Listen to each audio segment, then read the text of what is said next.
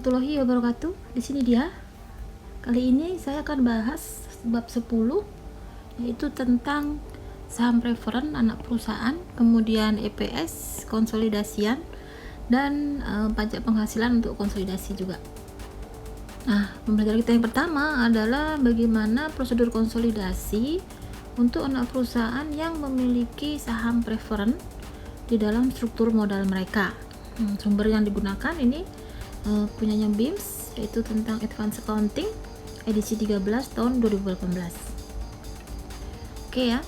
Nah, sebetulnya untuk konsolidasi saham preferen itu sendiri tidak terlalu sulit, karena basic prosedur untuk konsolidasi itu secara dasar tidak berubah. Hanya sedikit complicated ya, karena harus mempertimbangkan ini contractual right, jadi hak kontraktual dari sebuah saham preferen, pemegang saham preferen, terkait dengan pembagian income antara preferred, saham istimewa, dan saham biasa. Nah, umumnya saham preferen itu diterbitkan dengan syarat ini kumulatif, non partisipasi, dan non voting. Jadi saham preferen itu sebenarnya tidak punya hak suara, tapi punya hak untuk memperoleh dividen lebih dulu diutamakan maksudnya, dan dividen itu bisa kumulatif ya, dan non partisipasi. Kemudian saham preferen sendiri punya hak ya, dimana pada saat likuidasi itu punya hak, dan sering juga disebut callable at a price. Jadi bisa saham preferen itu mempunyai opsi untuk dijual atau dibeli, dimana opsinya itu tergantung pada nilai pari atau pada nilai pada saat likuidasi. Itu saham preferen. Nah, ketika sebuah saham preferen itu memiliki hak opsi, maka jumlah yang digunakan untuk mengalokasikan itu adalah berasal dari nilai opsi tadi ya. Jadi in allocating the invested equity, jadi dalam mengalokasikan pendapatan itu tergantung pada nilai ininya, opsinya ya, nilai jualnya. Nah, jika sebuah saham itu memiliki nilai jual, maka ekuitas dialokasikan berdasarkan nilai pari ditambah tidak ada yang ini. Kalau tidak ada, maka untuk alokasi ekuitas income-nya itu dialokasikan dari nilai pari ditambah nilai likuidasi preminya. Ini kalau tidak memiliki hak opsi ya. Nah, jika ada dividen in area itu adalah kalau kumulatif tapi perusahaan nggak bisa membayar dividen, maka masih seperti utang dividen, karena kan preferred stock itu kan punya hak untuk membayar dividen lebih dulu, maka harus juga ini dialokasikan kepada hak bagi pemegang saham preferen. Ini mungkin lebih jelas nanti kalau kita ke contoh ya. Nah, ini adalah contohnya, dimana di contoh ini di contoh ini itu saham preferennya itu tidak dipegang atau dimiliki oleh parent ya, tetapi dimiliki oleh hak minoritas, jadi di luar parent. Contohnya di sini adalah P mengakuisisi 90% kepemilikan dari S 1 Januari 2010 dengan harga 396.000. Katakan di sini aset dan liabilitas antara fair value itu sama dengan book value, sehingga kalau ada selisih pada saat akuisisi itu dialokasikan sebagai goodwill ya, karena nilai wajar sudah sama dengan nilai buku. Nah, kemudian there were no preferred dividend in area, jadi tidak ada utang dividen per 1 Januari 2017 ya. Selama 2017 S mendapatkan laba 50.000 dan membagi dividen 30.000. Kemudian dividen itu 20.000 nya itu adalah untuk common stock, jadi 30 dibagi 2, yang 20.000 itu untuk saham biasa ya, Yang 10.000 itu untuk saham preferred 30 ini. Oke, jadi saham preferred 10.000, diingat-ingat ya. Nah, ini adalah susunan ini ya, stockholder equity per 1 Januari 2017. Jadi susunan struktur ekuitas pemilik. Yang pertama adalah adanya $10 preferred stock, nilai parinya 100. Dia kumulatif dan berpartisipasi dengan harga opsinya adalah 105 per lembar, nilainya 100.000. Jadi kalau kita lihat di sini, kalau nilainya $100.000 dan parinya 100, berarti ini ada 1000 lembar ya, 1000 lembar saham preferred. Setelah itu ada saham biasa, nilai parinya 10, 200.000. Berarti di sini kalau ini dibagi 10 maka ada 20.000 lembar saham biasa ya. Ini preferred. Setelah itu ada additional paid in capital atau tambahan modal di store, ada RE atau saldo laba 160, sehingga total ekuitas adalah 500. Oke. Nah, total saham dimiliki oleh anak S tadi adalah 500.000, sedangkan dikurangi dengan preferred stock yang tadi kalau kita mau melakukan konsolidasi atau menghitung bagi pembagian income, maka di sini atau menentukan berapa pendapatan mayoritas dan minoritas, maka ekuitasnya dari 1000 lembar dikalikan dengan nilai opsinya, yaitu 105 per lembar. Ketika dikurangi, maka ini adalah bagian saham biasanya, yaitu 395.000. Nah, kalau tadi si tanggal 1 Januari kan investasi 356.000 ya. Kalau kepemilikan 90%, maka nilai wajar yang diimplikasikan adalah 440 dikurangi dengan nilai buku saham 395.000. Jadi harus dihitung dulu bagian yang dikurangi ya dengan bagian preferrednya, supaya kita bisa menentukan bagian yang merupakan bagian preferred menjadi bagian saham biasa, macam itu ya. Sehingga di sini kelihatan ada selisih excess ya, excess fair value over BV, over book value, yaitu sebesar 45.000 yang diakui sebagai goodwill. Kalau tadi keterangannya nilai wajar aset sama dengan nilai buku. Okay. Nah, kalau begitu sekarang berapakah, ini pertanyaannya adalah berapakah ekuitas per 31 Desember? Kalau tadi kan per Januari, sekarang per 31 Desember berapakah ekuitas yang dimiliki oleh anak? Ekuitasnya itu pertama dari ekuitas awal, ini 500.000, jangan lupa tadi ada laba 50.000, udah ada dividen 30, maka ekuitas per 31 Desember adalah 520.000 ya, ini hitungannya. Jangan lupa ini total ekuitas dikurangi dengan saham preferred, maka saham biasanya adalah 415.000. Jadi kalau ini struktur modalnya ya. Nah, S tadi melaporkan laba 50, mengalokasikannya 10 untuk preferred stock. 10 itu dari 100.000 dikalikan 10 per lembar. Jadi ini adalah jumlah, tadi kan sudah dikatakan $10 per lembarnya untuk dividen, dan 40-nya berarti untuk saham biasa ya. Nah, S membayar dividen 30.000 tadi sudah dijelaskan. Nah, ini adalah catatan yang dibuat oleh P. Jadi P pertama ketika ada investasi, mencatatnya investasi pada kas, ini jurnal yang sudah ada dari awal AKL 1 ya. Kemudian selama 1 tahun 2017 ini mendapatkan dividen ya, karena dividennya tadi 30, tetapi yang 10 untuk preferred stock maka di sini pengalinya hanya yang 20 saja, yaitu untuk common stocknya.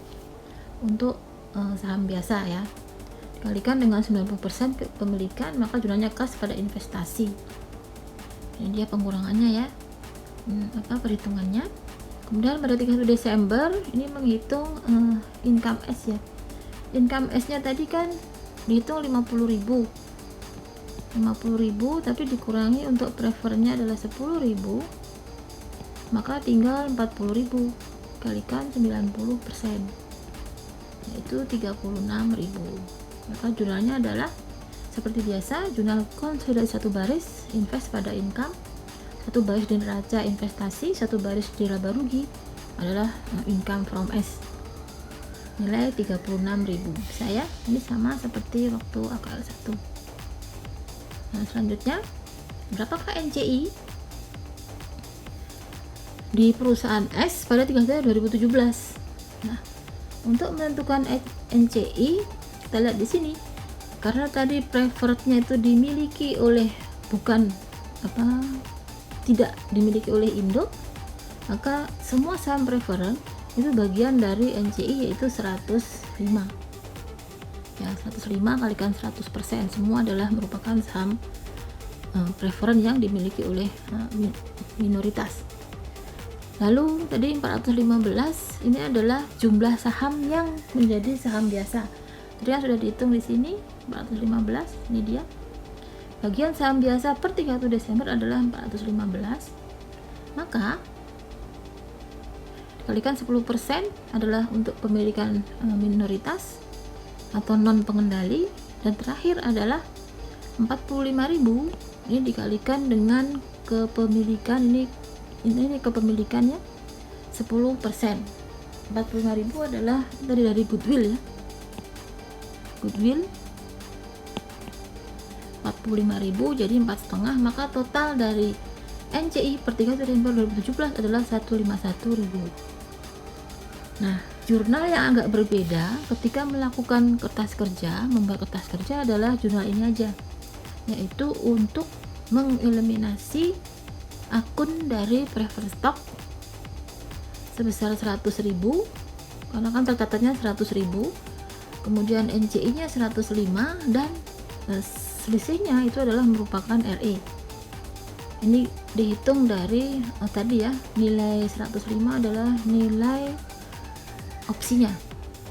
Nah, kita bisa lihat di exhibit 10.1, ini dia exhibit 10.1. Hal yang berbeda adalah di sini ada NCI share, tapi untuk saham biasa nilainya 40 kalikan 10%. Jadi dari laba 50 ini terbagi 40 dan 10. Nah, itu aja perbedaannya ya. Kalau yang biasanya kan ini nggak ada yang waktu ini. Kalau AKL 1 sekarang tambahan ini aja. Jadi pada dasarnya yang lain sama. Kemudian dividennya pun demikian. Ada dividen untuk saham biasa, ada dividen untuk saham preferred. Tadi kan saham preferred dividennya adalah $10 per lembar dengan jumlah lembar $1.000 ya kan.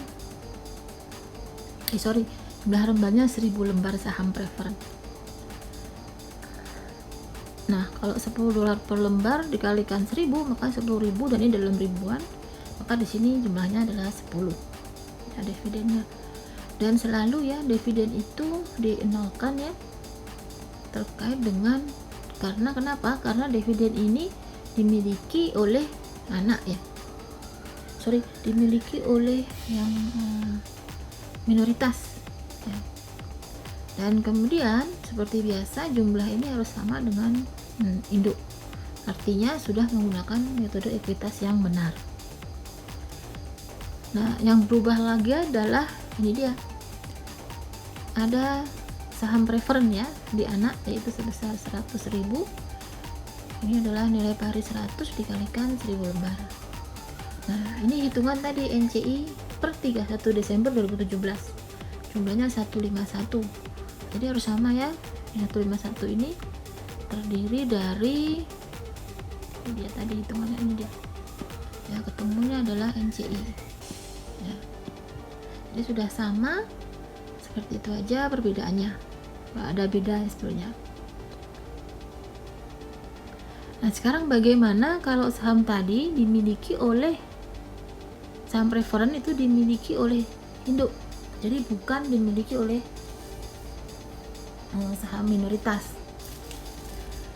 Nah, dalam kasus ini kalau yang memiliki induk sama seperti waktu obligasi ya, waktu kita belajar transaksi antara perusahaan obligasi tadi, ketika yang memiliki itu adalah induk alias yang membeli, yang menerbitkan anak yang membeli induk, maka seolah-olah ada yang namanya penarikan secara konstruktif. Ini juga demikian ya, ketika induk itu membeli preferred stock yang outstanding, yang beredar, saham preferen yang beredar dari miliknya anak, maka hasilnya adalah merupakan seperti ya, dari sudut pandang konsolidasi, ini entitas konsolidasi itu dipandang sebagai retirement, jadi seolah ada penarikan karena pembelian. Oleh karena itu muncullah yang namanya constructive retirement, jadi sama seperti kasus di obligasi antar perusahaan. Oke, kita ambil contoh saja. Kalau tadi adalah tahun 2017, sekarang 2018. Nah, 2018 ini belum ada saham preferen yang dibeli oleh induk ya. Jadi S ternyata tahun 2018 itu mengalami rugi. Nah, dan tidak ada dividen yang dibayar. Ingat, karena tadi adalah dividen tadi sifatnya kumulatif, maka di sini timbullah yang namanya dividen area ya, dividen area alias utang dividen kepada saham preferen. Nah, bagaimanakah jumlah ekuitas S, ekuitas anak pada tanggal 31 Desember 2018? Oke, tadi kan saldo terakhir adalah 520 ya kan, dikurangi dengan selama tahun 2018 ada rugi sebesar 40 dan tidak ada dividen, sehingga total ekuitas untuk 31 Desember 2018 itu adalah sebesar 480. Jelas ya. Di sini tidak ada dividen, tapi ingat mulai ada yang namanya dividen area ya, karena stok saham preferen itu tidak dibayar ininya pada tahun 2018 karena perusahaan mengalami rugi.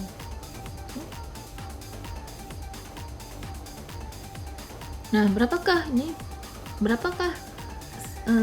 kepemilikan P karena adanya loss tersebut ya, karena kan laba atau rugi kan P karena memiliki 90% kan harus mengakuinya. Nah, caranya ini dia. Jadi karena P tadi rugi si S tadi rugi 40, kemudian dari rugi tersebut ada hak yang harus secara preferen sebesar 10, karena tadi sifatnya adalah kumulatif ya, mendapatkan dividen lebih dahulu, tapi karena di sini belum dibayar karena rugi, maka ada rugi lagi untuk pendapatan bagi saham preferen sebesar 10. Akibatnya ada 50.000 kali 90%, sehingga jumlah dari rugi yang dimiliki oleh P adalah sebesar 45.000, yaitu 50.000 dikalikan 90%. Oke. Nah, kalau gitu berapa juga investasi di S di pembukuannya P per 31 Desember 2018? Ingat tadi adalah modalnya 520 dikurangi ini ya, 520 dikurangi dengan rugi 40, yaitu hasilnya adalah 480. Jadi ekuitas S adalah 480. Dari ekuitas ini, ingatkan total ekuitas selalu kita kurangkan dulu dengan bagian saham preferennya ya. Dikurangi dengan saham preferen, yaitu 1000 dikalikan 105, ini nilai opsinya 105. Kemudian ada dividen in area yang belum dibayar 10.000, sehingga preferred stocknya itu secara total adalah 115. Karena total ekuitas itu 480 dikurangi yang preferen, jadilah ini yang common saja, yang saham biasa, yaitu senilai 365. Kita kalikan dengan 90% kepemilikan si P, ketemunya adalah 328.500. Jangan lupa masih ada goodwill yang belum diamortisasi, dikalikan juga dengan 90%, maka saldo per 31 Desember 2018 adalah 369.000 untuk investasi di S ya.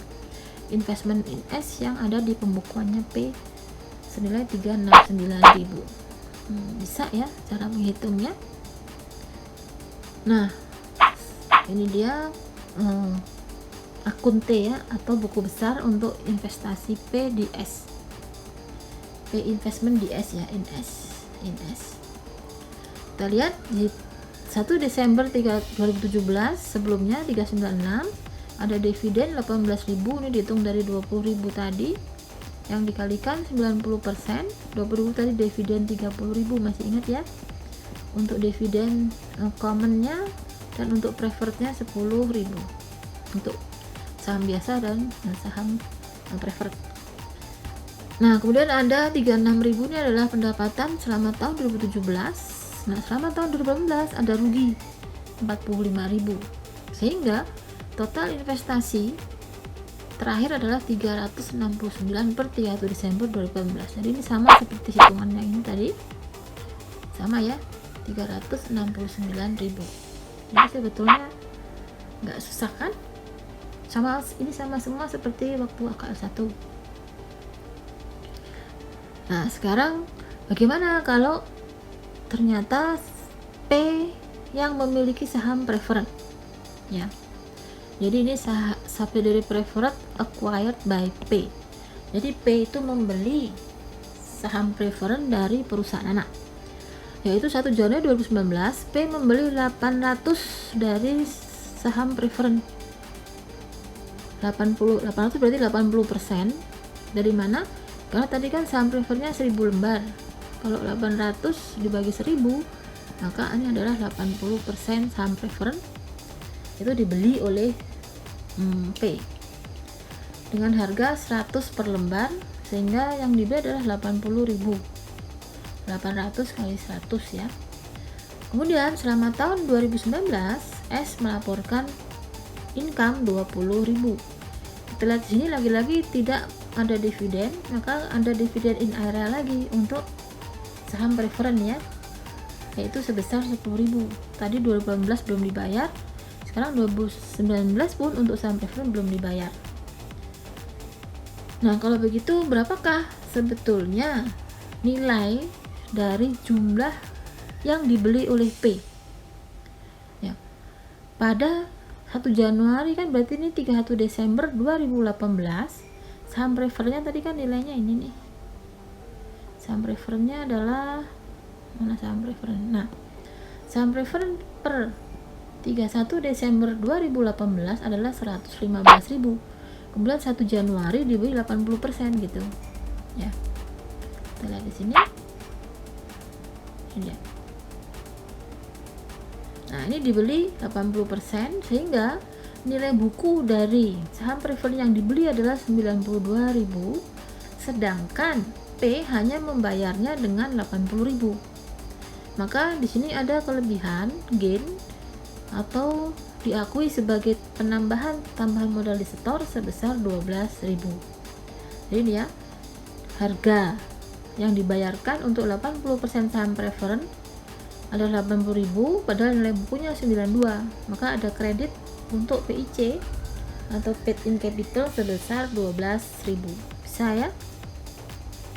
Nah, selanjutnya, bagaimanakah jurnal yang dibuat oleh P? Karena P sekarang investasi di S saham preferred S, maka investasi pada kas, membayar kas 80.000. Ini dihitung tadi dengan 800 lembar, di mana dibeli dengan harga 100 ya. Kalikan 100. Ini 80.000. Kemudian ini ada tambahan sebesar 12.000 kan? Dari tadi 92.000 dikurangi 80.000. Ya, 12.000 ini diakui sebagai tambahan modal di setor. Nah, investasi bertambah, sehingga sekarang investasi di saham preferred adalah 92.000. Itu ya. Jadi untuk merealisasikan adanya penarikan konstruktif ya, karena harga nilai bukunya 80, nilai bukunya 92 dibeli dengan 80. Jadi seolah ada penarikan konstruktif, untung penarikan konstruktif. Nah, ini jurnal yang dibuat oleh ini oleh P ya, P record. Jadi S melaporkan laba 20.000 dan tidak membagi dividen lagi, maka jurnalnya adalah invest pada income dihitung dari 80.000 dikalikan 10.000 dividen untuk preferred ya. Karena kan tadi dividen untuk preferrednya kan 10.000 setiap tahun ya, tadi kumulatif ya. Dividen wajib kepada saham preferred adalah 10.000. Karena kepemilikan preferrednya tadi cuma 80%, maka di sini yang diakui hanya 8.000 saja. Ya, ini seperti biasa investasi pada income, yaitu dengan jurnal sama seperti jurnal yang saham biasa ya. Untuk saham biasanya jangan lupa labanya tadi adalah ini 20.000 dikurangi dengan preferred, laba untuk preferred sisanya juga dikalikan 90%. Kalau ini adalah pemilikan saham biasanya 90%, sementara pemilikan saham preferennya adalah 80%.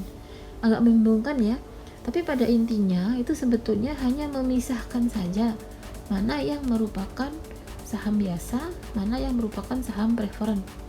Itu aja sebetulnya. Nah, berapakah sekarang saldo investasi di S ya? Kalau kita perhatikan di sini, ekuitas S pada 31 Desember 2019 itu kan 480 tadi. 480 adalah akhir 31 Desember 2018 ya kan, ditambah dengan adanya laba tahun berjalan tahun 2019 20.000, sehingga total ekuitas di S adalah 500. Jangan lupa dikurangi dengan hak-hak preferennya. Yang pertama adalah dari sahamnya, saham preferennya ini nilai opsinya adalah 105.000, ditambah dengan dividen in area atau utang dividen saham preferen itu 10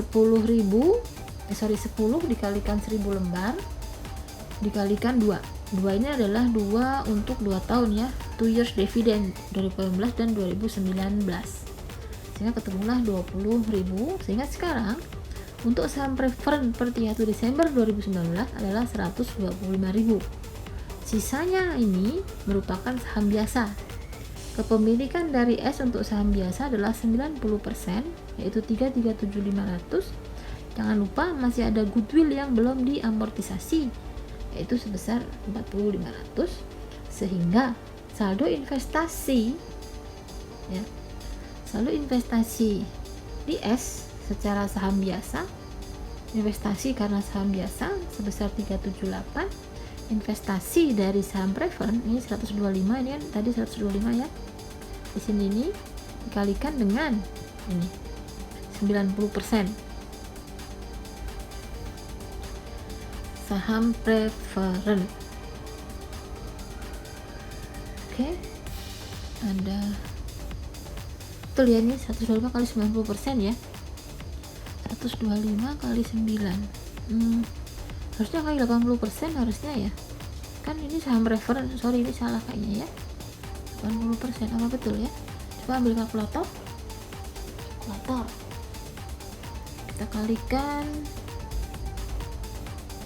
Nah, salah ketik saya ya, 125 dikalikan dengan 125 kalikan 0,8, bukan 100 ya, 80% nih harusnya, salah ketik ya, ganti aja, ini 100.000. Ingat, pemilikan untuk saham biasa 90%, pemilikan saham preferred adalah 80%. Nah, kita lihat sekarang saldo akhir adalah 378 ini tadi ya, 378 ini untuk saham biasa, sehingga investasi di saham biasa mulai dari 2017 kita lanjutkan, terakhir adalah 369 31 Desember 2018. Jangan lupa ada ini total labanya adalah 20, dikurangi 10 untuk preferred tinggal 10, sama kalikan 90% tinggal 9, sehingga totalnya adalah 378. Jadi sama seperti perhitungan tadi. Kalau ini dari perhitungan investasi, kalau ini dari perhitungan ekuitas ya. Jadi banyak cara untuk menghitung. Nah, bagaimana kertas kerja tahun 2019? Kertas kerja yang perlu ditambahkan akan sama seperti kertas kerja di AKL 1. Saya nggak jelaskan saja itu kertas kerjanya itu mengeliminasi dulu. Yang pertama adalah eliminasi transaksi antar perusahaan ya kan. Yang kedua eliminasi kalau ada belum dicatat.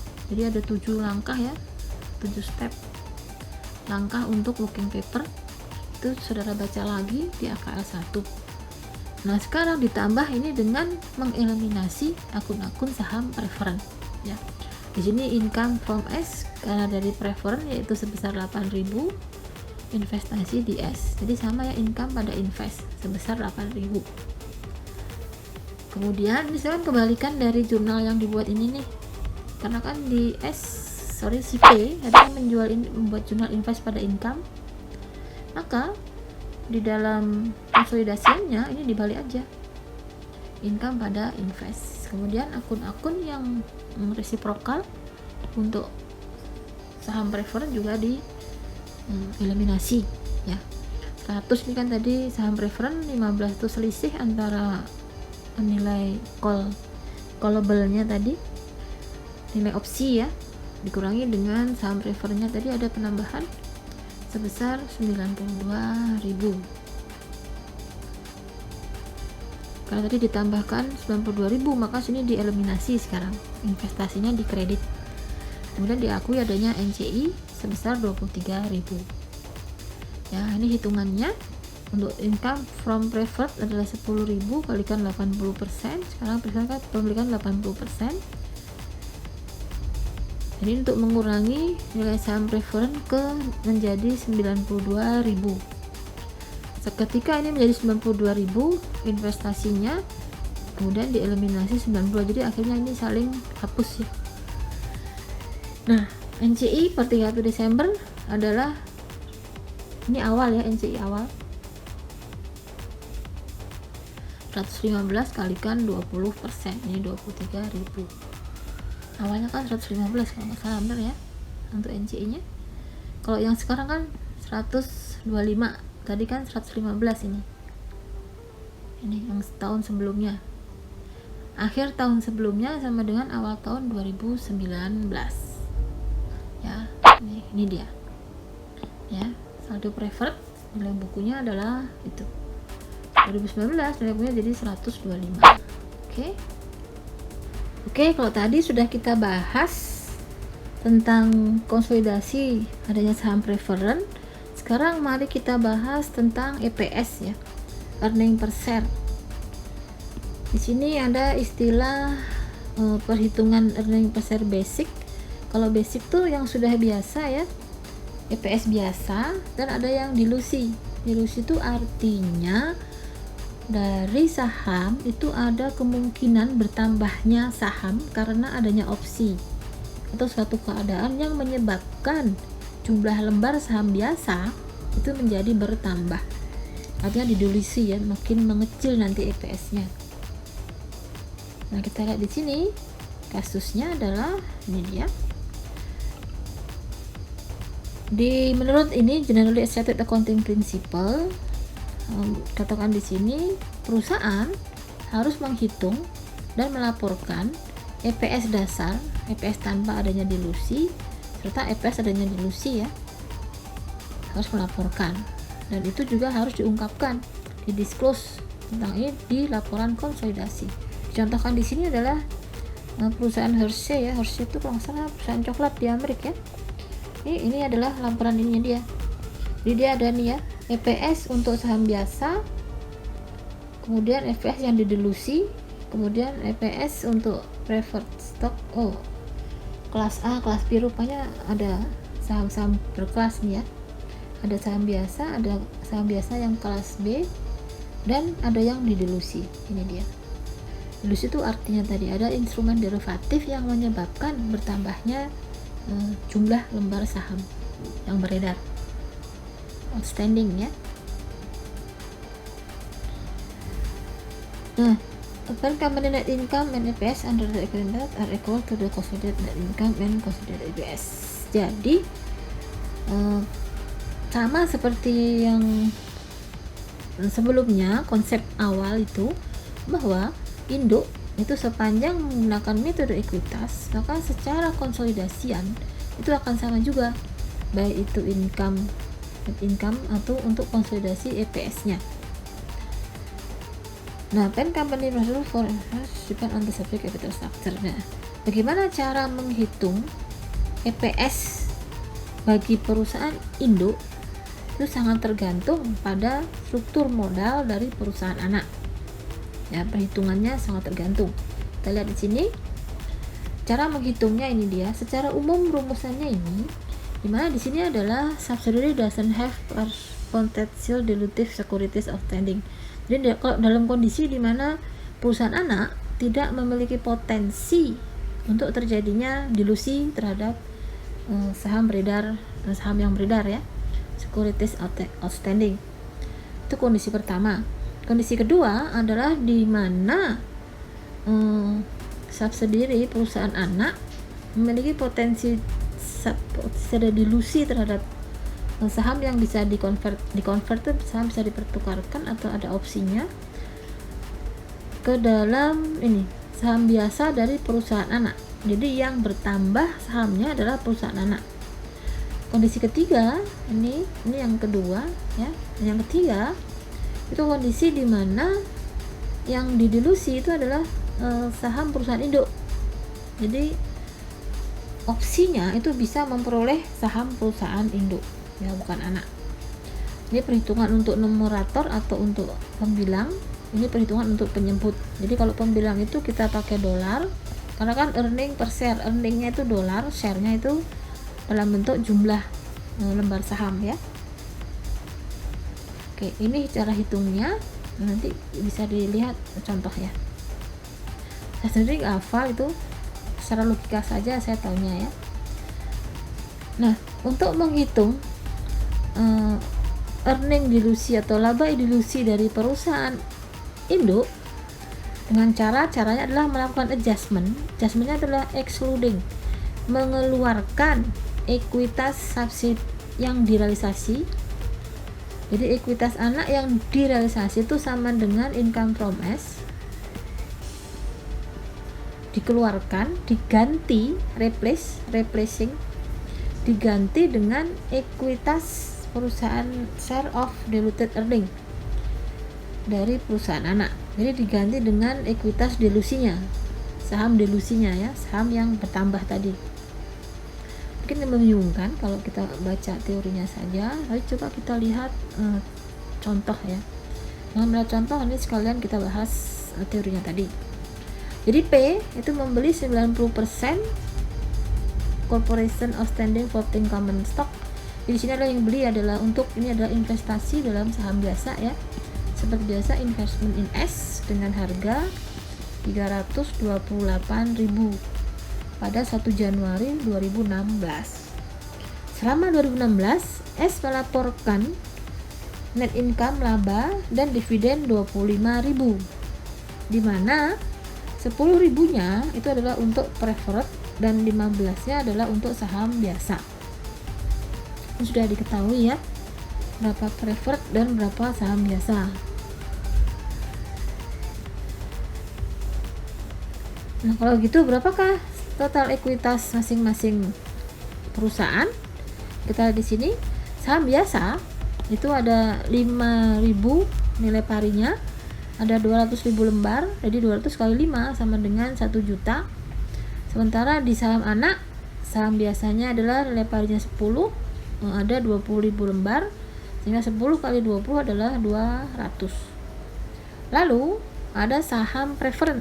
Nah, ini preferennya ini yang memiliki adalah induk. Ya. Dimana di sini dimiliki adalah sebesar 500.000. Saham preferen yang ada di anak adalah 100.000 ya, ini dimiliki induk nanti. Itu untuk menghitung EPS harus memperhatikan ini juga. 10% kumulatif itu artinya tadi itu punya dividen 10%. Ini convertible preferred stock, bisa diubah dengan opsinya ini adalah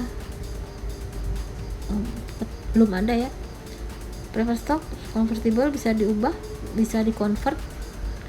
Kemudian nilai pasarnya 100.000, jumlah lembarnya 1000, berarti ada 100.000 untuk saham preferred. RE nya masing-masing ini ya. Jadi saldo per 1 Januari 2016 adalah 420 untuk S dan 1,5 juta untuk P.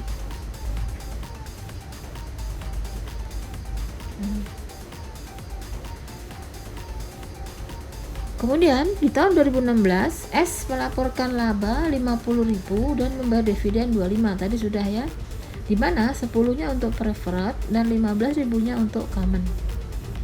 Oleh karena itu saldo pendapatan dari S, income from S yang dicatat oleh P itu adalah sebesar ini, income from S adalah 36 ya. Oleh karena itu income dari Indo itu adalah income-nya dirinya sendiri, sudah diketahui di soal, cuman gak ada di sini ya, plus ditambah dengan income from S, ketemulah total income dari punyanya P.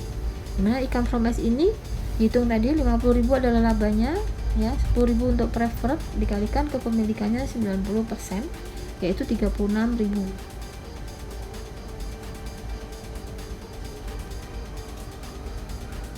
Buka dulu ya, ayo kecepatan.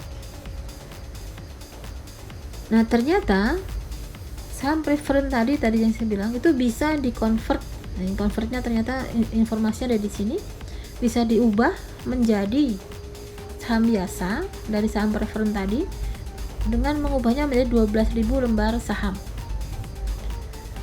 Jadi di sini dilutifnya Sun Common Stock ya, jadi bisa diubah dengan 12.000 lembar saham anak. Kan tadi ada 12.000 lembar saham Indo atau anak ya, ini yang anak dulu. Nah ternyata dalam hal ini tidak ada ya, neither P nor S has any other potential dilutive securities outstanding. Jadi potensi yang bisa dikonvert hanya ini saja, yang lain nggak ada. Jadi nggak ada obligasi yang bisa dirubah jadi saham, nggak ada ya. Banyak sekali opsi-opsi di pasar uang ya. Oleh karena itu EPS-nya, earning per share, itu kan earning-nya 50.000 ya kan, share-nya ini adalah 20.000 yang merupakan saham awal yang dimiliki oleh anak, ditambah ini kemungkinan adanya ini saham preferred yang dirubah menjadi saham anak, sehingga total daripada jumlah lembar saham adalah 32.000. Oleh karena itu 50.000 dibagi 32.000 itu sama dengan 1,5625 per lembar saham ya. Ini EPS-nya, earning per share. Ini ya, total share-nya adalah 32.000 sekarang. Oke. Common stock-nya 12.000 dari ini ya. Seandainya saham preferred itu dikonvert menjadi saham biasa. Nah, di P sendiri di Indo tadi kan untuk EPS anak ya kan. Sekarang berapakah EPS dari induknya? Kita lihat di sini. Net income dari Indo adalah 186.000. Dari manakah 186? Itu dihitung dari ini ya. Tadi kan laba mana tadi? Nih. Ya. Jadi net income dari Indo adalah 186. Oke. 186 ini kemudian dikurangi harus tadi kan cara untuk menghitung EPS adalah mereplace ya kan. Mereplace dari ekuitas anak dengan kemungkinan dilusinya. Ya. Replacementnya ini ekuitas anaknya adalah 40.000 kali 90. Ini ada notnya ya, bahwa Sun realized income, laba yang direalisasi dari ekuitas anak di S, ekuitas induk di S, itu sama dengan pop income from S. Jadi seperti income from S nya 40.000 tadi adalah labanya kan 50 total, tapi kan tadi dibagi kan 10.000 untuk preferred ya kan. Jadi intinya tetap kita perhatikan ada nggak preferrednya. 40.000 ini untuk commonnya biasa, saham biasa. Nah commonnya itu dikalikan 90% kepemilikannya itu minus 36.000 karena di replace ya, ini di minus ditambah dengan diganti dengan ini dilusinya dari perusahaan S. 18.000 dari mana? Ekuitasnya ini dia. Jumlah lembar saham PDS adalah 20.000 dikalikan kepemilikannya 90%. Jadi yang menjadi lembar sahamnya P adalah 18.000 dikalikan dengan EPS tadi. EPS yang sudah dihitung ini sebelumnya ini earning per share. Lembar saham dikali earning per share ditambahkan dilusinya, tambahan dilusinya adalah 28125. Oleh karena itu A atau nominator pembilangnya adalah 178125, sementara outstanding saham di di P, ini kan masuk P ya, adalah 200.000 lembar saham, sehingga A adalah earning, B adalah share, earning per share-nya adalah EPS nya 0,89. 200 dari mana? Kita lihat dari soalnya ya, ini dia. Tadi kan punya 200 lembar ya untuk saham biasa yang beredar di P. Jadi kalau kita menghitung EPS yang ada di anak, otomatis earningnya anak, S-nya, share-nya, sahamnya anak. Kalau kita menghitung EPS di induk, sama juga, earningnya adalah earningnya induk dibagi dengan jumlah lembar sahamnya induk. Oke. Nah kalau ini tadi adalah ke subsidiary ya, jadi ke common stock subsidiary. Maka berikutnya adalah bagaimana kalau ke induknya. Jadi dilusinya tuh convertible-nya itu bukan ke sahamnya anak tapi ke sahamnya induk. Nah dikatakan di sini Sun preferred stock itu bisa dikonvert menjadi 24.000 saham di perusahaan induk. Jadi dilutifnya itu ada di perusahaan induk. Nah kemudian P sama S tidak lagi memiliki kemungkinan sekuritas dilutif yang lainnya, sedangkan EPS untuk S karena gara-gara ini ya, kondisinya kan sekarang bukan mendapatkan bukan mengubah saham menjadi saham preference, menjadi saham anak, tapi menjadi saham induk. Maka kalau tadi income di S nya 40.000, maka jumlah lembar sahamnya juga tetap 20.000 ya, tidak mengalami perubahan yang ada di anak ya. 40.000 itu income earningnya 40.000. Jadi masih ingat labanya adalah 50.000, 10.000 nya untuk yang preference. Sementara sahamnya, jumlah lembar saham adalah 20.000 lembar. 20 lembar dari mana? Dari soal juga ya ini. Saya ulang ya. Aduh, sorry. Kenapa kok jadi membesar? Kecil. Oke. Ini dia. Ini kan ada 20.000 lembar ya di perusahaan anak. Sehingga ada earning, ada lembar saham, ketemulah EPS di anak. Kalau gitu bagaimanakah menghitung EPS yang ada di induk? Ini dia EPS yang ada di induk ya. Tetap ya, di induk memiliki net income sebesar 186. Kemudian harus ditambah dengan ini ya, income to preferred stakeholder of Sun assumed to be converted. Jadi diasumsikan kalau dikonversi adalah sebesar 10.000 ya, sehingga total earningnya adalah 196.000. Sedangkan sahamnya Jadi kan 200, jangan lupa ada yang bisa berubah kan, karena kalau diasumsikan dirubah dari saham prefer menjadi saham biasa, maka total beredarnya menjadi 24.000. Sehingga A-nya ketemu, B-nya ketemu, maka inilah EPS untuk saham yang didilusi. Itu ya. Nah, bagaimana kalau yang bisa dikonvert itu ada opsi ya, option. Jadi ada kan di pasar uang itu ada yang opsi, ada juga yang bond convertible artinya bond yang bisa diubah, dikonvert menjadi saham juga. Nah, kalau tadi kasusnya adalah saham preferred yang punya opsi, sekarang ada opsi dan ada bond atau obligasi. Nah, kita contohkan saja di sini. P itu memiliki laba dari operasinya sendiri 1,5, income from S-nya adalah 300.000 ya. Sementara S ini dilaporkan S punya income 450, ada unrealized gain sebesar 50 dan ada ekses sebesar yang amortisasi ekses ya sebesar 20.000. Jadi fair value lebih besar dari book value. Oke, pertanyaan saya, tahu nggak kira-kira kalau melihat dari hitungan ini, kira-kira unrealized gain land juga kan berarti ada jual beli antara perusahaan afiliasi tanah, itu upstream atau downstream ya? Oke. Kemudian amortisasinya berkurang 20.000, berarti ini amortisasi eksesnya terhadap aset itu apakah over value atau under value? Gimana? Bisa ya? Oke, mudah-mudahan diingat nih. Apakah itu? Ya, beri jawaban saya ya. Coba tolong jawab pertanyaan saya maksudnya.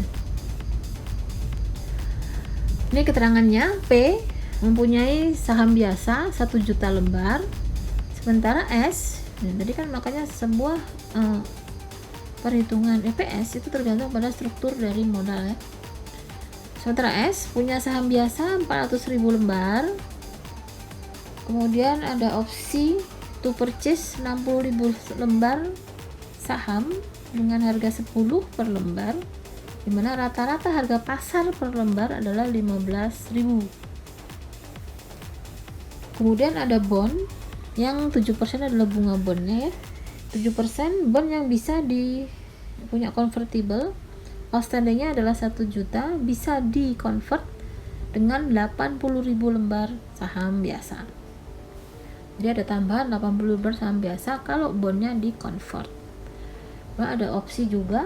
Opsi ini adalah untuk membeli 60.000 lembar saham dengan harga 10 per lembar. Padahal harga pasarnya adalah 15 per lembar untuk saham tersebut.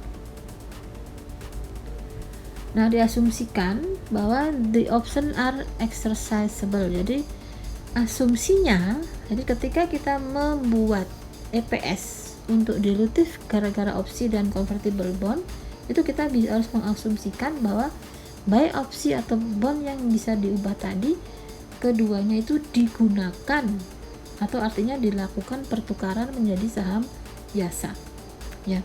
Jadi exercisable. The bond are convertible into seed common stock. Jadi bondnya itu bisa diubah dengan modal saham biasa dari S, bukan dari P ya.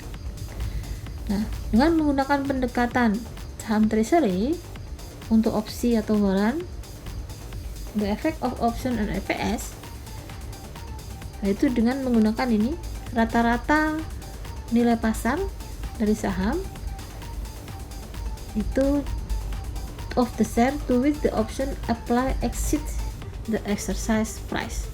Jadi nilai pasarnya itu exceed ya, melebihi nilai yang di exercise. Exercise itu nilai yang tercantum pada opsi ya. Jadi misalkan boleh, tadi kan ceritanya opsinya adalah bisa membeli 60.000 lembar dengan harga 10 per lembar ya. Harga pasarnya ini 15 per lembar ya. Kira-kira kalau seperti ini saudara, opsinya akan menukarkan atau enggak menukarkan, melakukan exercise atau menggunakan opsi tadi atau enggak? Kira-kira gimana? Oke, belajar dipikir ya.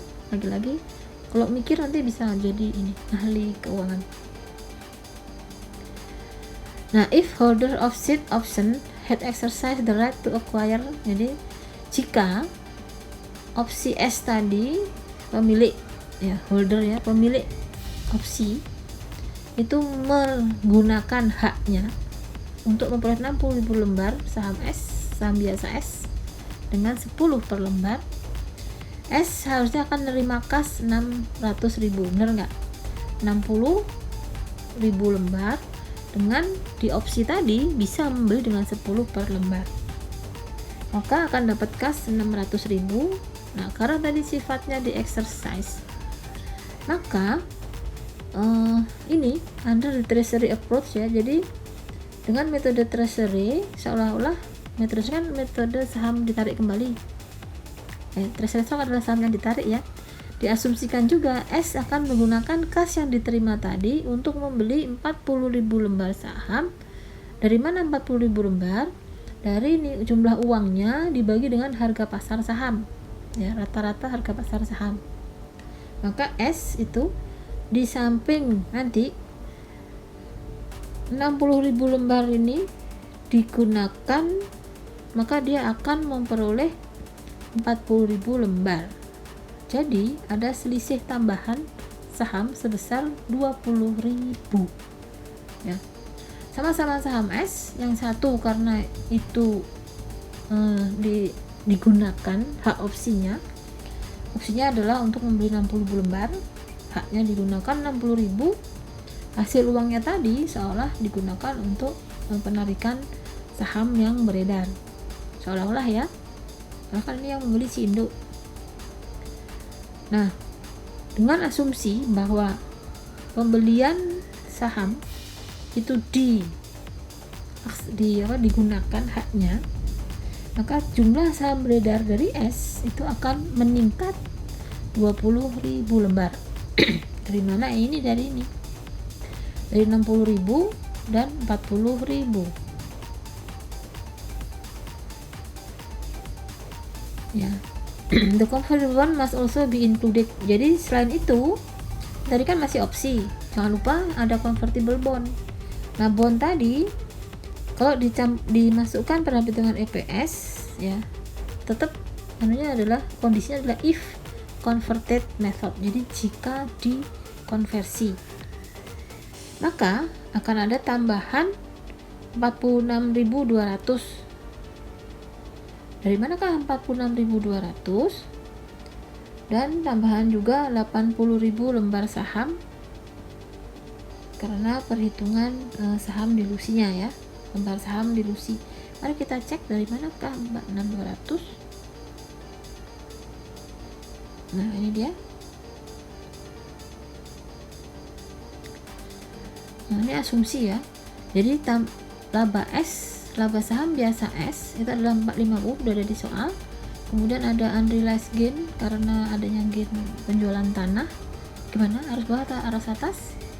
Nah, pikir lagi. Ditambah dengan ini 1.000 lembar saham bond ya, 1.000 bond, bunganya 7%. Diasumsikan tes efeknya adalah 66%. Ini diketahui ya. Maka ketemulah 46.200. Jadi di sini 46.200 tuh dari ini. Net of tax interest in seat diluted earning. Nah, jangan lupa kita udah ketemu setelah itu earning ya, earning anak setelah di adjust karena adanya ini ditambah dan dikurangi. Ada ditambah laba belum direalisasi 50.000 dari jual beli tanah, dan ada gara-gara ini tadi bond yang di convert menjadi saham. Maka jumlah dari outstanding share adalah 400.000 dolar ya. Sementara itu perubahan dari jumlah lembar sahamnya adalah ini 20 dan 60. atau 100.000. Maka delusi EPS delusi dari S adalah A dibanding B dibagi B. Kalau A-nya itu adalah ini, A-nya mana sini? Jadi saya enggak ya? Jadi apa? 446 dibagi dengan jumlah lembar sahamnya. Indonesia Share jumlah lembar saham adalah 500.000. A dibanding B, ini B, ini A dibagi B sama dengan PS delusi S adalah 0,89 ya. Jika ini yang dibeli adalah delusinya itu adalah saham anak. Nah, berapakah sekarang? Kalau tadi delusi itu adalah ada nilai dari EPS-nya S, kalau gitu berapakah EPS-nya P? Perhitungannya sama seperti tadi ya, dimulai dari jumlah lembar saham, pendapatannya adalah 1,8. Dari manakah 1,8? Ini tadi keterangan ya, bahwa P itu memiliki laba adalah 1,8. Jangan lupa di replace ya. Sekali lagi, kalau menghitung EPS untuk Indo, melakukan replacement antara income from S dengan EPS dari delusi dari S ya. Maka di sini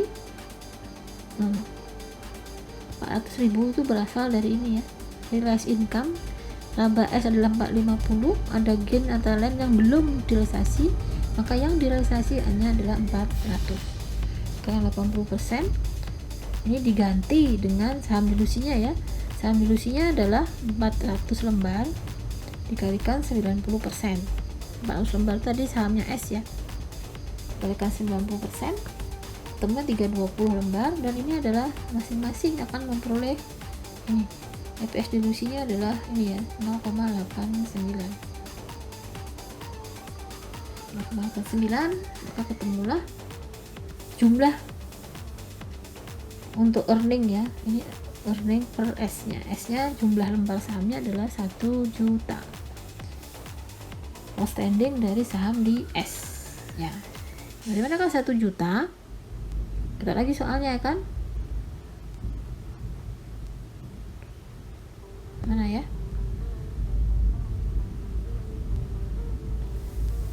S punya saham 400 per lembar, opsinya 60.000. Kemana nih? Oh, ini dia. Yang P rupanya ya. P punya 1 juta lembar saham.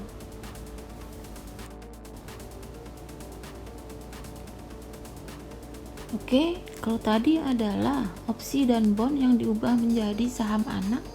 Nah, sekarang opsi dan bondnya diubah ke saham induk ya. Nah, cara hitungannya sama, kita harus cari A dan berapakah B-nya ya. Nah, di sini pertama laba dari PTP itu ada 1.800.000. Sesuai soal tadi kan dihitung dari labanya sendiri 1.500 dan laba dari S adalah 300. Jadi 1.800.000. Lalu ditambah dengan bondnya ya. Bond tadi kan punya 7% adalah bunganya dan nilai bondnya adalah 1 juta, maka pendapatan dari bond adalah 1 juta kali 7%. Ini dinetkan karena kan ada pajak ya untuk bond, pendapatan bond yaitu 34% pajaknya, maka berarti ini adalah 1 minus 34%. Ketemulah 46.200. Setelah itu dijumlah, maka ini adalah earning yang ada di P ya. Nah, dibagi dengan saham yang ada di P. Saham di P yang outstanding adalah 1 juta, sudah di soal. Kemudian ditambah lagi dengan perubahan dari opsi sebesar 20.000 dan ditambah dengan perubahan dari bond menjadi saham biasa sebesar 80.000. Ini ada di soal juga. Sehingga total saham yang ada di P yang sudah didelusi yang atau makin bertambah ya, tidak 1 juta, nambah menjadi 1.100.000, itu adalah denominatornya atau penyebutnya. Sehingga pembilang penyebut dibagi, ketemulah EPS untuk delusi adalah 1,68. Nah, mudah-mudahan jelas ya.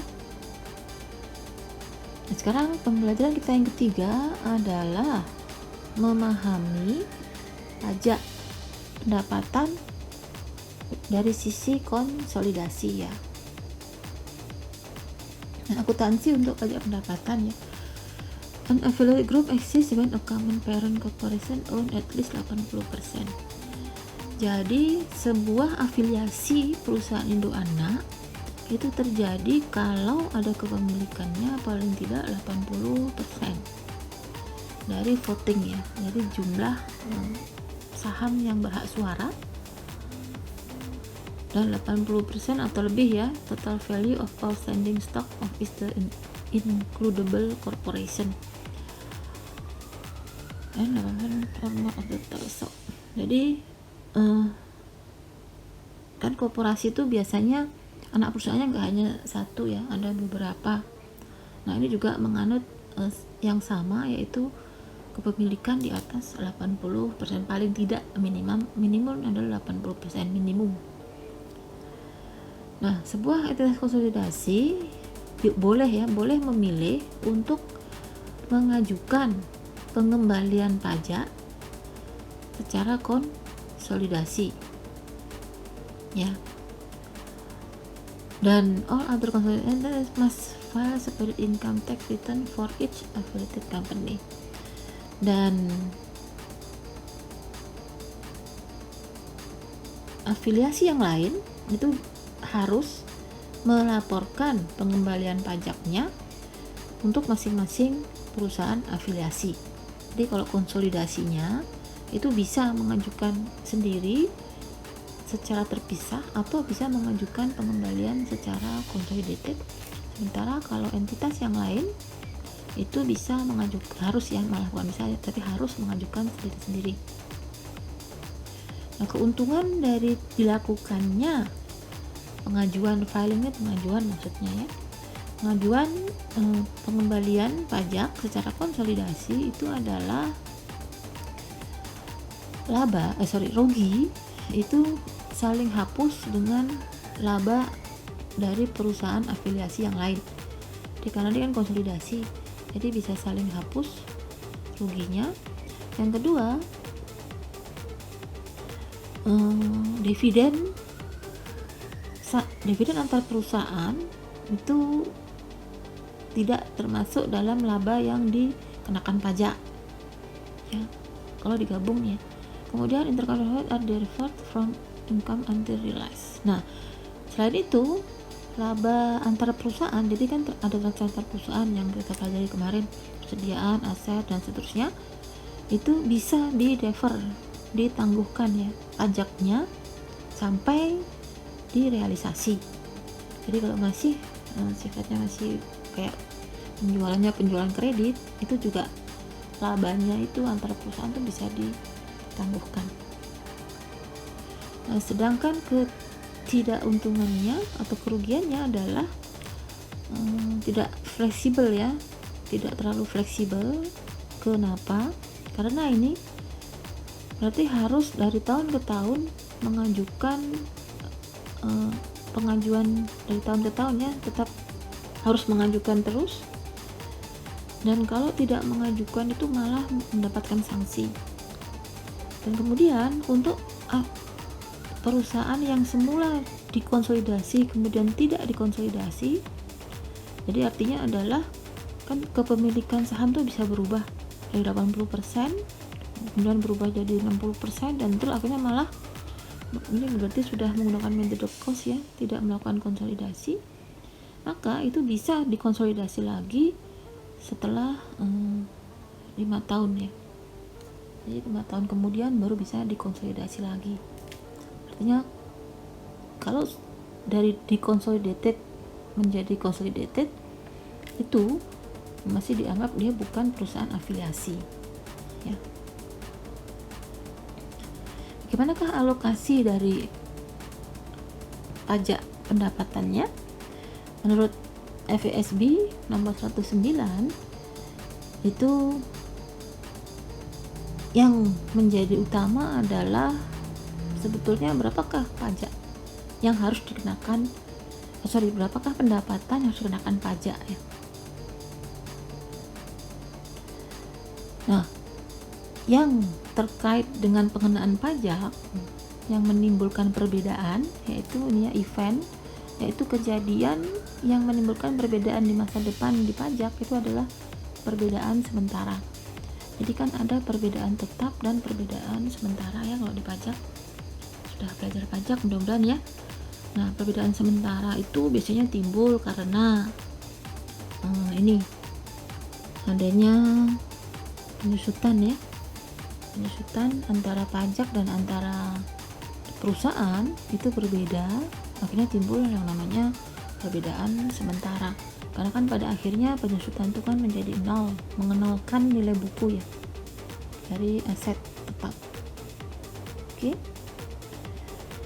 Nah, tujuan dari income pajak ini, accounting for income taxes ini adalah untuk mengakui jumlah pengenaan pajak, tax payable, utang pajak, atau yang bisa di refundable, di return ya. Dan yang kedua untuk current year, untuk tahun yang bersangkutan, dan yang kedua adalah mengakui adanya pajak tangguhan atas utang atau aset, liabilitas atau aset yang memiliki konsekuensi pajak di masa depan ya, yang sudah event that have been recognized in the financial or the tax return. Jadi di sini dari mana? Dari jumlah pajak yang sudah diakui di laporan keuangan atau dari pengambilan pajak yang merupakan itu sebetulnya masih merupakan deferred tax atau pajak tangguhan ya.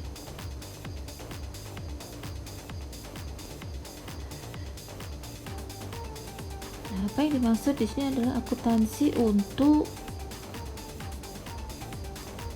laba yang didistribusi dan tidak didistribusi. Maksudnya gini, laba yang didistribusi itu kan laba yang dibagikan. Jadi laba itu adalah laba dividen ya, dividen. Sementara yang tidak distribusi adalah RE ya, karena dia masih jadi belum dibagikan kepada pemegang saham. Oke, bagaimanakah akuntansi pajaknya? Mari kita lihat. P memiliki 30% kepemilikan di S, di mana S adalah perusahaan domestik ya. Jadi ini di Amerika ya domestiknya. Kemudian S melaporkan net income 1.200.000 dan membayar dividen 400.000. Kalau pajaknya adalah 34%, maka berapakah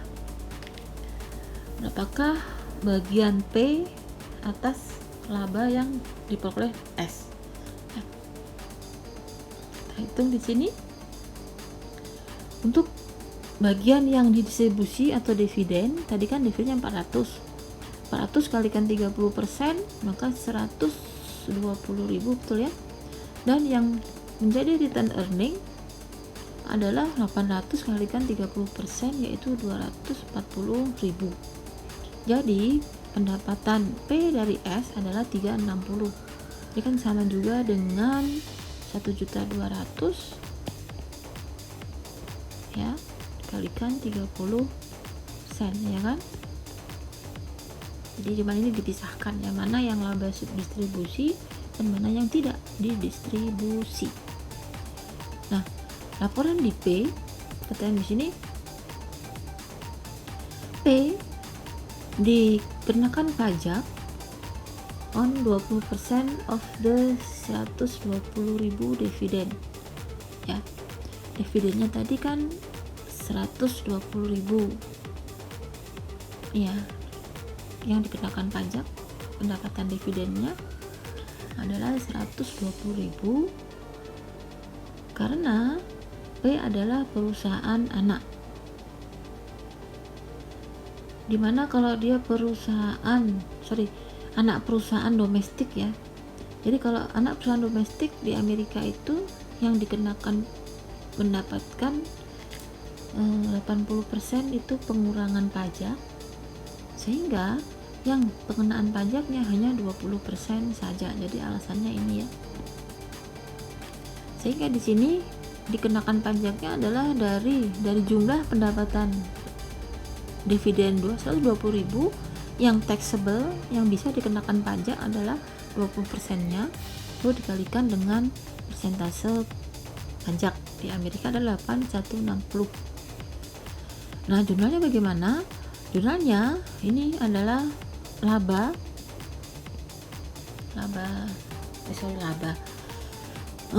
beban pajak pendapatan atau pajak penghasilan sebesar 16.320. Ya, ini dari bagian yang tadi ya, undistributed ya, yaitu dari RE dari 240 sama dikalikan 20% yang taxable dan pajaknya adalah 34%. Nah, karena RE itu adalah pendapatan, tapi pendapatan yang belum dibagikan, maka dia juga dikenakan pajak yang sifatnya masih deferred, ditangguhkan ya, sehingga atau termasuk sebagai hutang pajak ya, jadi pajak tangguhan namanya, beban pajak pada pajak tangguhannya sebesar 16.320. Nah, bagaimana untuk transaksi antara perusahaan? Karena di transaksi antar perusahaan itu kan ada laba, untung atau rugi yang belum direalisasi ya. Masih ingat ya? Nah, unrealized gain, unrealized dan constructive gain. Kalau constructive itu kalau terkait sama bond, gain atau loss itu menyebabkan perbedaan sementara. Kenapa? Karena semula belum direalisasi, nanti kan akhirnya direalisasi, yang dapat mengakibatkan dia mempengaruhi deferred tax, pajak tangguhan, ketika masing-masing perusahaan itu mengajukan pengembalian pajak secara terpisah. Ya, ini masalahnya yang dibahas di sini. Nah, kalau dia mengajukannya secara konsolidasi itu beda lagi nanti ya. Jadi khusus saat ini masih mengajukan secara terpisah.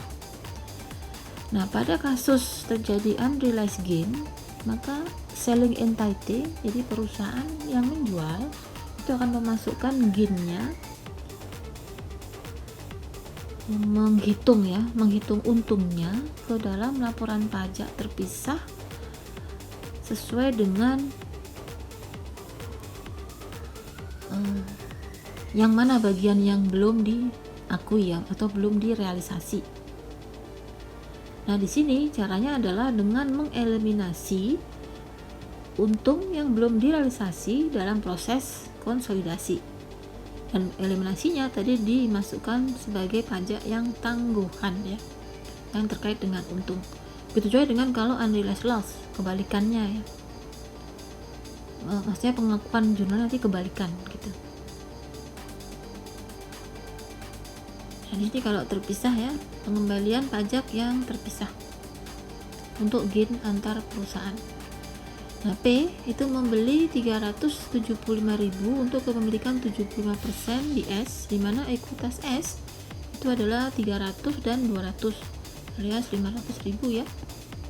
500.000 kalau dikalikan 75% adalah 375.000. Di sini artinya fair value sama dengan book value, jadi tidak ada ekses ya pada saat akuisisi kepemilikan ke S. Nah, informasi selanjutnya adalah P itu sendiri memiliki pajak tangguhan atas hutang pajak tangguhan yang berasal dari perbedaan penyusutan ya, sebesar 10.200, di mana 10.200 ini berasal dari perbedaan penyusutan tadi 30.000.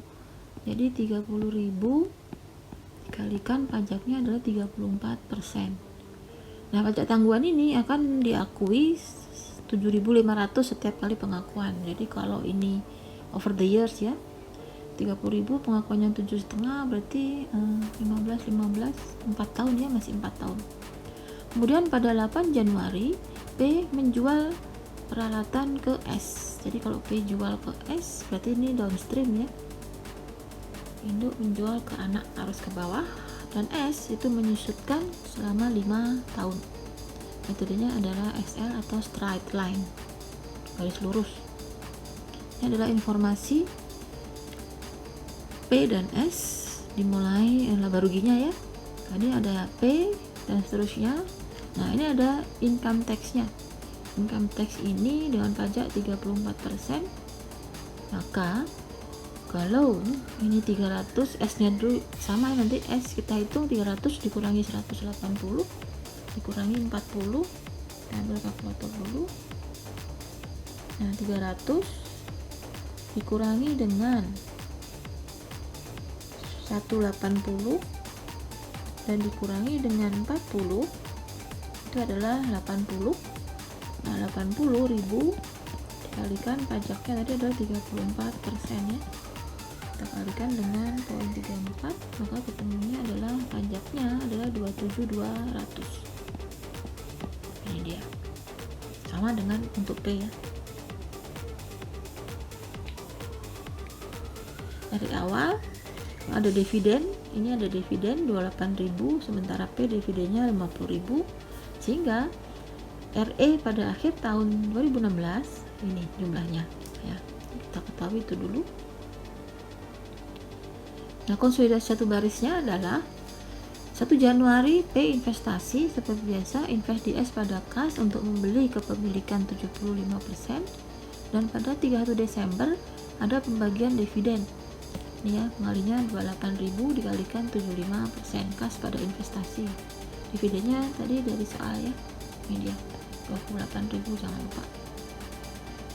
Nah, dikalikan dengan 75%, ketemulah 21.000. Nah, pada akhir tahun ini adalah mengakui laba ya. Income from S. Income from S hitungannya ini 23.600. Pertama dihitung dari laba S. Dari laba S adalah 5.2800 sesuai di soal juga. Laba S mana tadi? Nah, ini dia. Laba S-nya ya kan? Laba S ini sebesar 5.2800 kalikan dengan 75%, ketemu 39.600 dikurangi dengan ini. Tadi kan harus dikurangkan ya. Unrealized profit karena harusnya DS tidak dikalikan dengan 75%, yaitu sebesar tadi berapa ya? 20.000 ya unrealized profitnya. Dan ini diakui perbagian karena tadi selama 5 tahun kan, 5 tahun berarti pengakuannya adalah 20 dibagi 5 yaitu 4.000 per tahun, sehingga income from S nya adalah 23.600. Ini jurnalnya, jurnal satu baris ya, invest pada income.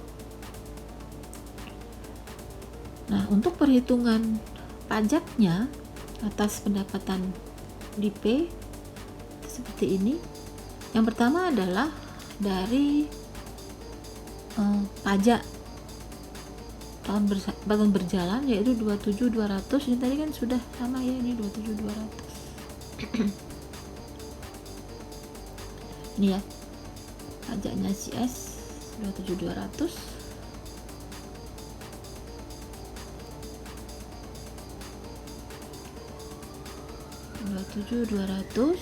Kemudian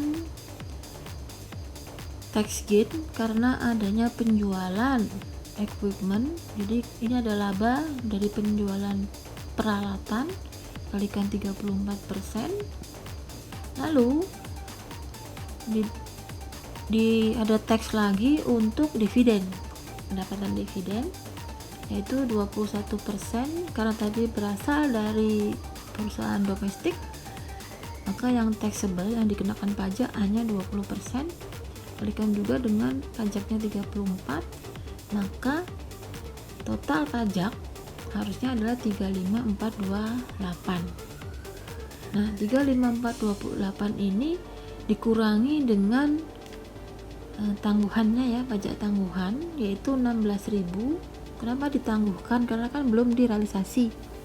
16.000 itu berasal dari ini, gain yang belum direalisasi adalah gain penjualan tanah, yang direalisasi adalah 4.000 sehingga sisa 16.000 ya. Kemudian yang kedua adalah dari unrealized gain N dikurangi dengan ini ya, pajak dari undistributed earning. Tadi kan ada RE yang belum dibagi, RE nya adalah 52.800 tadi labanya S dikurangi dengan ini adalah dividen, tadi kan 28.000 dividennya ya kan, dikalikan dengan 75% kepemilikan PDS dan dikalikan dengan porsi yang dikenakan pajak, yaitu untuk perusahaan domestik yang dikenakan pajak ada 20%, maka ada 3720 yang tidak dikenakan pajak, makanya dikurangi ya, sehingga ada pengurangannya adalah 4175, maka beban pajak adalah 31253 ya, 31253. Ini kalau dari soal tadi hitungannya ya, ini dia 31253 ya, agak ruwet ya untuk menghitung yang punyanya si P.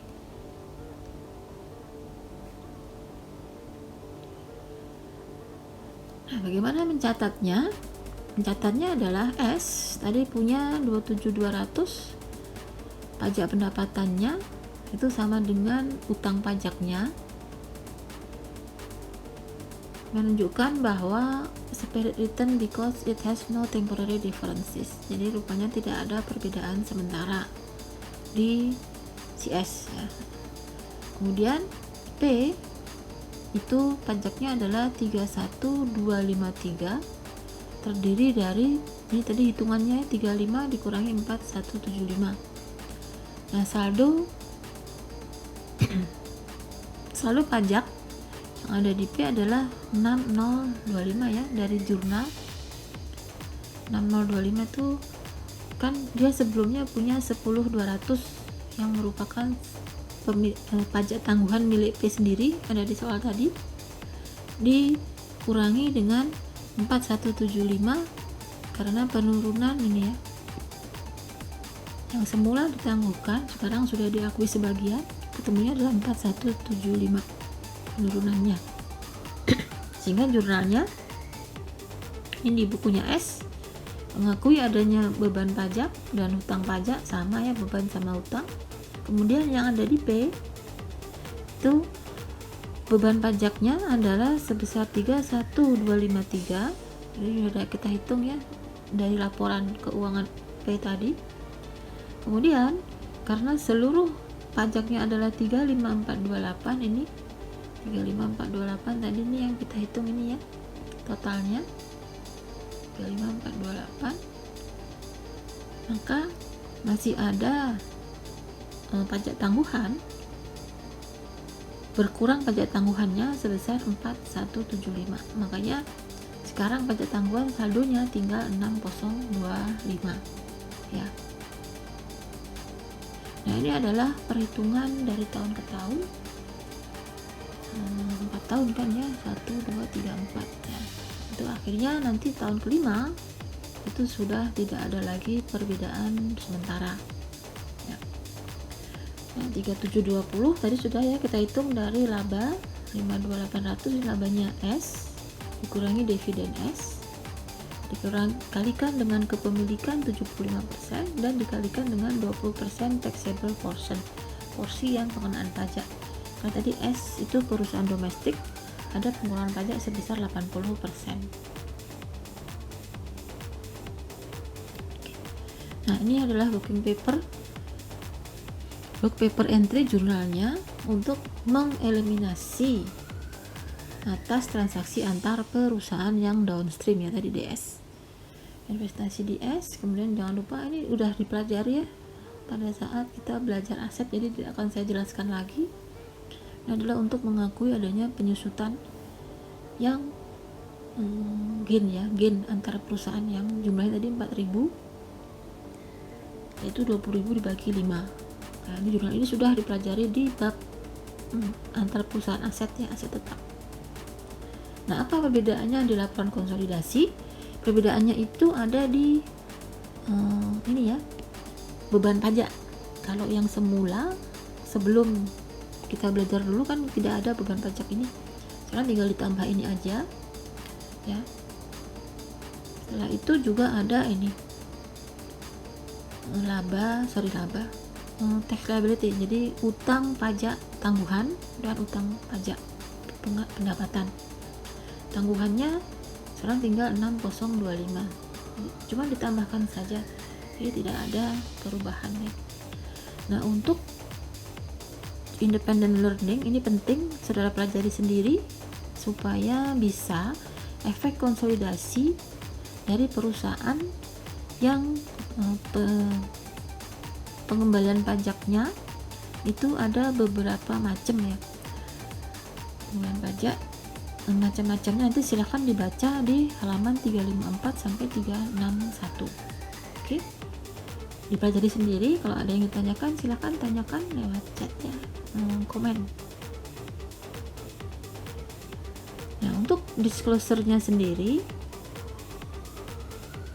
nah pengungkapan pajak itu harus diungkapkan ya, yang mana yang di defer dan kenapa terjadi di defer.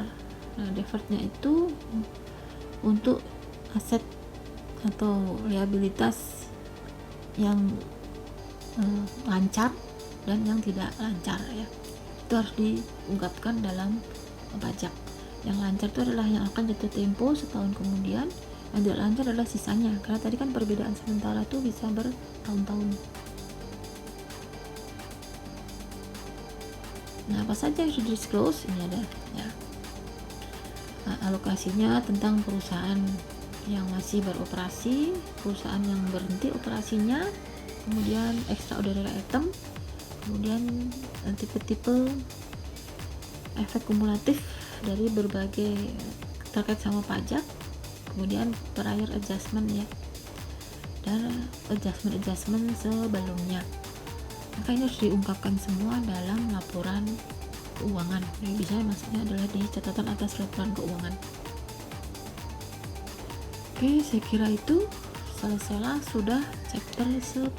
Jadi tolong tadi dipelajari ya macam-macam tax return, pengembalian pajak, karena adanya konsolidasi. Ada banyak contoh di dalam buku. Kalau nggak ngerti tanyakan saya lewat komen ya. Nah, ini moto kita kali ini adalah success without integrity is failure. Jadi hati-hati, pastikan bahwa saudara betul-betul sukses dengan integritas yang tetap terjaga. Integritas itu terkait ini ya, jangan ngerepek, jangan nyontek ya, bekerja sendiri, mengolah daya pikir sendiri. Mudah-mudahan bermanfaat. Wassalamualaikum warahmatullahi wabarakatuh.